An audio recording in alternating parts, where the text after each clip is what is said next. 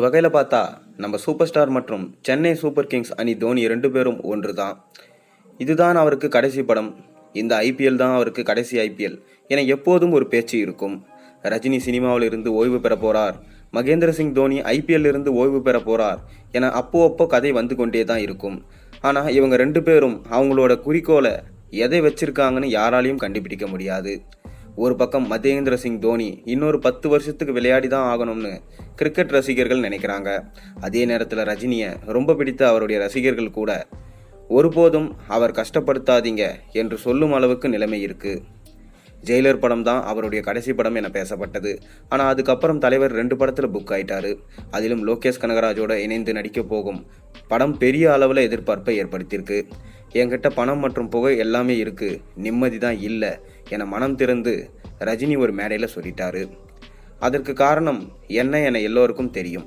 ரஜினியின் மகன்கள் எடுக்கும் முடிவால தன்னோட நிலை குலைந்து இந்த மாதிரி ஆயிருக்காரு. மேலும் ஒரு கட்டத்தில் அவர் சூசைட் பண்ணிக்கவே போறதா ஒரு தகவலும் பரவிட்டு வந்துச்சு. 2வது மகளின் விவாகரத்து மற்றும் அடுத்த திருமணம் அவர் மீது நிறைய நெகட்டிவ் விமர்சனங்களை கொண்டு வந்தது. அதே நேரத்தில் மூத்த மகள் நன்றாக இருக்கிறாள் என்ற சந்தோஷம் கொஞ்ச நாள் கூட ரஜினிக்கு நீட்டிக்கல.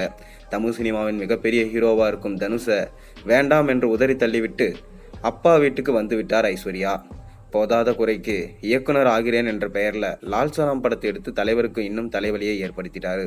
பொருளாதாரத்தில் நிலையாக இல்லாத மகள்களுக்காக சம்பாதித்தே ஆக வேண்டும் என்ற நிலையில் ரஜினிகாந்த் தள்ளப்பட்டு விட்டார். ரஜினி இப்போது படு சுறுசுறுப்பாக வேட்டையன் படத்தில் நடித்து கொண்டிருக்காரு.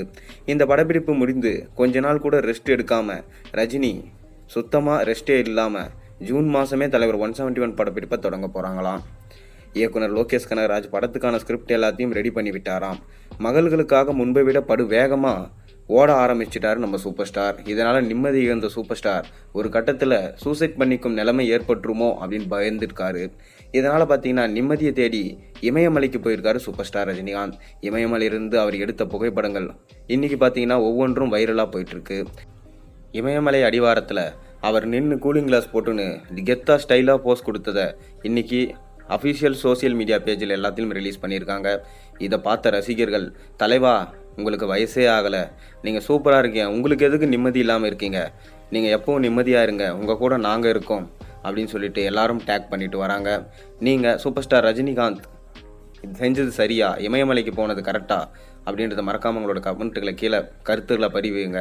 மேலும் சேனலில் போகிற வீடியோஸ் மறக்காமல் சப்ஸ்கிரைப் பண்ணுங்கள், லைக் பண்ணுங்கள், பெல் ஐகானை ப்ரெஸ் பண்ணுங்கள். அப்போ தான் போகிற வீடியோஸ் நோட்டிஃபிகேஷன் உங்களுக்கு வந்து சேரும்.